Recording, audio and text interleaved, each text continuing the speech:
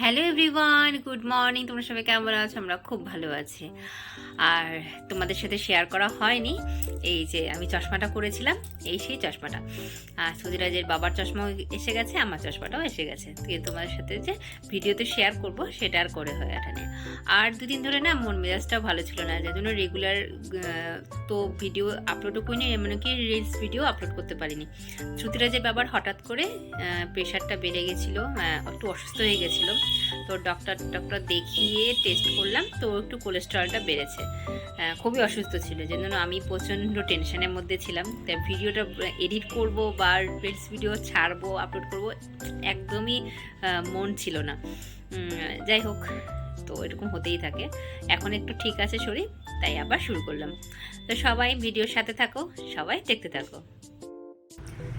দোলনায় দোল খাচ্ছি, অনেকদিন পরে দোলনায় বসলাম। কোথায় বলো তো? সুতিরাজের স্কুলে। এখনও সুতিরাজের স্কুলে ছুটি হয়নি, সবাই ভেতরে আছে। আর আমরা বেশ কয়েকজন মা একটু তাড়াতাড়ি চলে এসেছি, একটু গল্প করছিলাম আর বলছিলাম আমাকে দোল দে। তো সবাই মিলে আমরা এখানে স্কুলে বেশ মজাই করি। অনেক দিন পরে অনেক বন্ধুবান্ধব হয়েছে, এখানে বেশ আমরা অনেক গল্প সল্প করি। স্কুল থেকে এসে দুই ভাইয়ের আদর। দুই ভাই স্কুল থেকে এসে পড়েছে।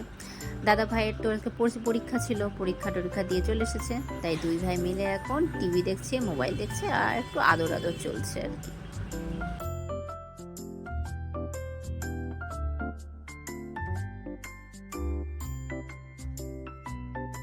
আর এনাকে দেখো কিভাবে পাসওয়ার্ড জেনে গেছে আমার। এখন পাসওয়ার্ডটা আমার চেঞ্জ করতে হবে। নিজে নিজেই মোবাইলে লক খুলে ভিডিও দেখা শুরু করে দেয়। ভাবো আমি কোন দিকে যাই বলো তো?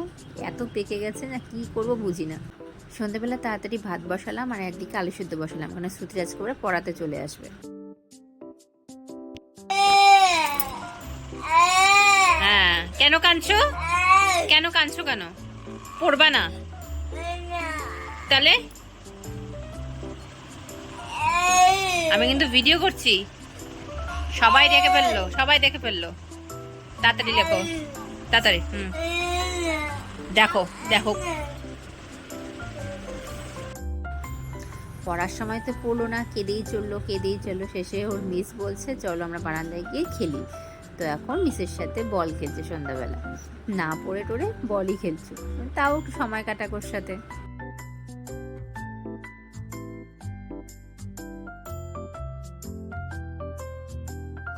মিস চলে গেছে, এবার তো আমার কাছে পড়তে হবে, যেহেতু মিসের কাছে পড়াশোনা হলো না। এখন আবদার কিছু টিফিন দিতে লাগবে। এখন খাওয়া দাওয়া তো হয়ে গেছে, এখন চানাচুর লাগবে। তা বাড়িতে বসে চানাচুর নিয়ে খাচ্ছে। চানাচুর খেতে খুব ভালোবাসে, এইসব খেতে ঝাল লাগে না, যখন ভাতে লঙ্কা পড়বে তখন ওর ঝাল লাগে। কি আর বলবো বলো।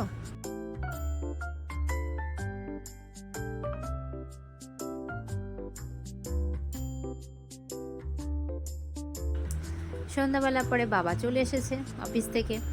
সন্ধ্যা বলছি না, সন্ধ্যা অনেকটাই রাত হয়ে গেছে। তা এখন বাবা ছেলে বসে টিভি দেখছে আর নাচানাচি চলছে।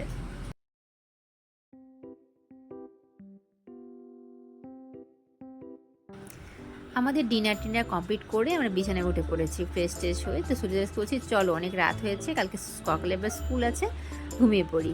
তো ও তো আদর আগে কমপ্লিট করুক। মাকে শুতে যাওয়ার আগে একদম জড়িয়ে ধরে আদরটা তো না করলে ওর হয় না। ভীষণ পজিটিভ, জানো তো, আমাকে কেউ কিছু বলতে পারবে না, বকা দিতে পারবে না, খুব রেগে যায়।